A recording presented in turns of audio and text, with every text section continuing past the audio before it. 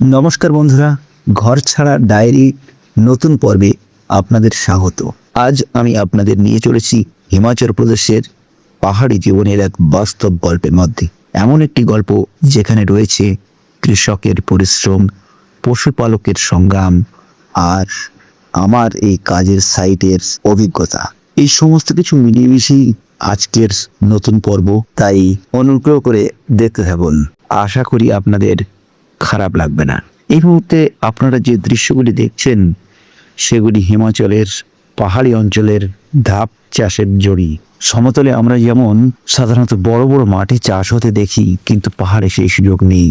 এখানে পাহাড়ের ঢালকে ছোট ছোট ধাপে ভাগ করে জমি তৈরি করা হয়। দূর থেকে দেখলে মনে হয় যেন পাহাড়ের গায়ে কেউ শুনি এঁকে নিয়েছে। এই ধাপ চাষের ইতিহাস বহু পুরনো। পাহাড়ি মানুষ শত শত বছর ধরে এই পদ্ধতি ব্যবহার করে আসছেন। এর সবচেয়ে বড় সুবিধা হলো বর্ষার জল সরাসরি নিচে গিয়ে মাটির ক্ষয় করতে পারে না। প্রতিটি ধাপ জলকে কিছুটা সময় ধরে রাখে এবং মাটির উর্বরতা বজায় রাখতে সাহায্য করে।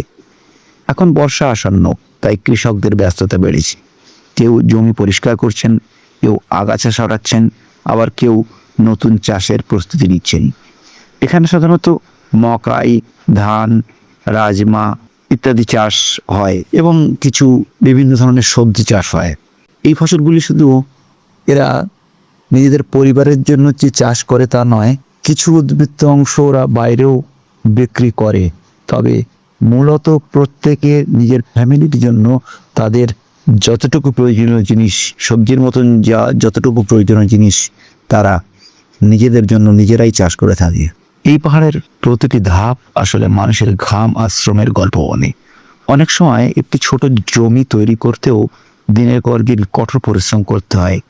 যদিও এখন আধুনিক ছোট ট্রাক্টর, হাতে চালানো ট্রাক্টর এখানে এসে পৌঁছেছে, তবুও এখনো মানুষের হাতেই এই সম্পূর্ণ কাজটা সম্পন্ন করে। সেক্ষেত্রে আমরা এই ধরনের কিছু যন্ত্রপাতির দেখা পাই যেগুলো এরা পুরনো আমল থেকে ব্যবহার করে আসছে। যেমন আমরা যেটাকে কাস্তে বলে থাকি, যেটাকে ঘাস কাটা এবং পরিষ্কার করবার জন্য ব্যবহার করি, এরা সেটাকে দারাটি বলে। তো দারাটি এখানে খুব পরিচিত একটি কাস্তের মতন অস্ত্র।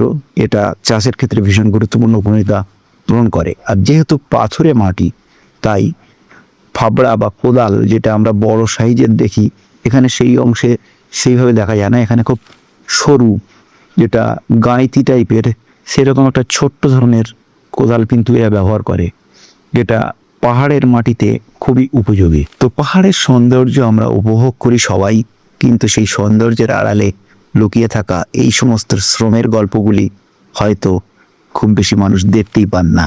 আর সেই গল্পেরই আরও একটি গুরুত্বপূর্ণ অংশ রয়েছে ছাগল পালন।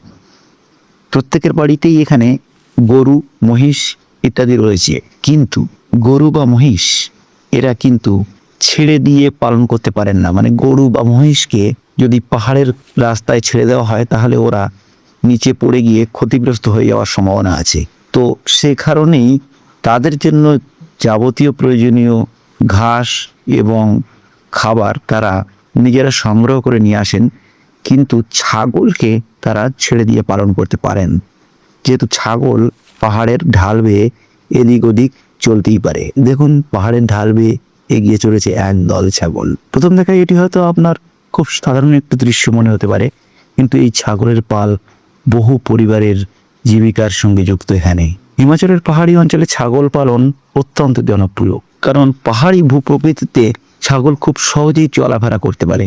আর সেক্ষেত্রে এখানে যে ছাগল পালন হয়, সেই ছাগল তুলনামূলকভাবে অনেক আকৃতিতে বড় এবং অনেকটা এদের পা লম্বা হয়, এবং পাহাড়ি জায়গায় ওঠানামাতে অনায়াসে ঢাল বেয়ে এরা করতে পারে এবং অনেকটাই দ্রুত পদক্ষেপে তারা এই তীর্যক ঢাল অনায়াসে পার হয়ে যেতে পারে, যেটা হয়তো আমাদের পরিচিত ছাগল বা আমাদের পরিচিত জায়গায় যে ছাগলগুলো চাষ হয় সেই ছাগলেরা এত দ্রুত করতে পারবে না। হয়তো এটা তাদের অভ্যাসেরই ফল। তো যারা ছাগল পালন করেন বা বাড়ির কোনো একজনকে নির্দিষ্ট করে দেওয়া হয়, যিনি ছাগল নিয়ে সকালবেলায় গ্রামের দিকে বেরিয়ে পড়েনি, পাহাড়ের কোনো একটা দিকে যেদিকে ভালো সবুজ ঘাস দেখা যাচ্ছে সেই দিকে বেরিয়ে পড়েন।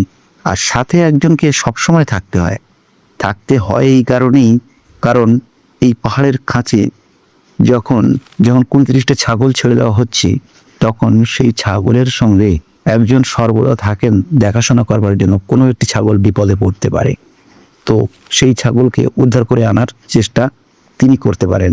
আর এছাড়াও রয়েছে এই যে পাহাড়ি অঞ্চলে একটা ছোট বাঘ, যেটাকে আমরা বলি তেন্দুয়া।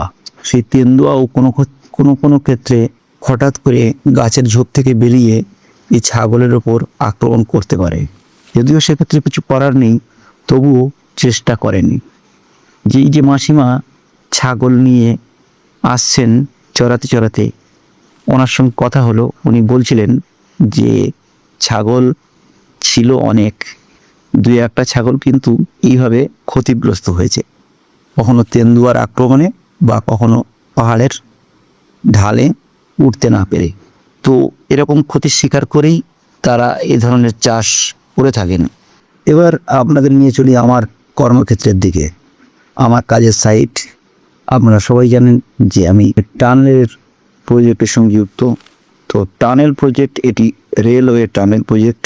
যেহেতু রেলওয়ে প্রকল্প, সেহেতু আমরা মাটির নিচে দিয়ে টানেল খুঁড়ে দিচ্ছি ঠিকই, কিন্তু সেই সঙ্গে এই এলাকার উন্নয়নের দিকটাও খেয়াল রাখতে হচ্ছে। তো সেই প্রয়োজনে এই যে রাস্তাটি দেখছেন, এই রাস্তাটিকে আমাদেরকে সম্পূর্ণভাবে নির্মাণ করে দিতে হবে, কারণ আগামী বর্ষায় এই রাস্তার প্রচুর ধস দেখা যাবে, আর সেই ধসেই এই রাস্তাটা সম্পূর্ণ ভেঙে পড়বে। তো আমরা সেই রাস্তাটাকে কতটা সুন্দরভাবে তৈরি করা যায় সেটা আমরা চেষ্টা করছি, কারণ পাহাড়ের রাস্তা বানানো অত সোজা বিষয় নয়। পাহাড়ের স্থিতিশীলতা, মাটির গঠন, জলপ্রবাহ, ভবিষ্যতে নিরাপত্তার বিষয়গুলো সমান গুরুত্ব দিয়ে এই রাস্তা তৈরি করতে হবে। এই প্রকল্পের আওতায় একটি নতুন রাস্তা নির্মাণের কাজ শুরু হয়েছে, যা স্থানীয় মানুষের যাতায়াতকে আরও সহজ করবে। কারণ অনেক সময় এখানে একটি গ্রামের মানুষের জন্য কয়েক কিলোমিটার রাস্তা মানে চিকিৎসা, শিক্ষা, বাজার এবং কর্মসংস্থানের নতুন সুযোগ। তাই রাস্তা শুধু একটি অবকাঠামো নয়, এটি উন্নয়নের পথও। কোথাও পাহাড় বেশি শক্ত, কোথাও মাটি দুর্বল, কোথাও জল জমতে পারে, কোথাও ভবিষ্যতে ধসের ঝুঁকি রয়েছে। সব কিছু বিশ্লেষণ করে একটি রাস্তা নির্মাণের চেষ্টা করা হয়। এক্ষেত্রে আমাদের সবচেয়ে গুরুত্বপূর্ণ যেটা রয়েছে, যে দিকটা ধস নামবে বা নামার সম্ভাবনা রয়েছে, সেই দিকটা গেবিনল দিয়ে সেই রাস্তাটাকে রক্ষা করা। তো আপনারা দেখতে পাচ্ছেন গেবিনল কিভাবে তৈরি করা হচ্ছে, আর সেটাকে আরও সুন্দরভাবে করার চেষ্টা আমরা করব,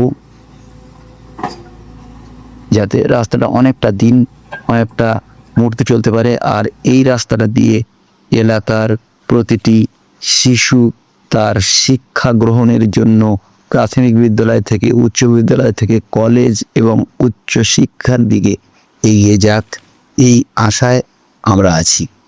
তো আজকের এই যে বিষয়গুলি নিয়ে আপনাদের সঙ্গে আলোচনা করলাম, বিষয়গুলি হয়তো ভিন্ন, কিন্তু সম্পূর্ণটাই সমাজ এবং সংসারের কথা বলে, যা এক জীবনকে উন্নয়নের সাক্ষী করে তুলতে পারে। তো ঘর ছাড়া ডায়েরির দেশ থেকে আমি তুহিন আজ এই পর্যন্তই।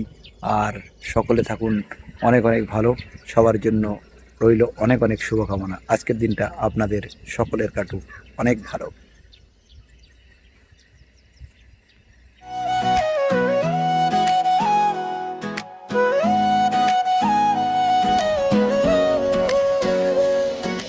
ঘর থেকে অনেক দূরে পাহাড় ডাকে নাম ধরে, অচেনা পথের বাঁকে নতুন গল্প জাগে।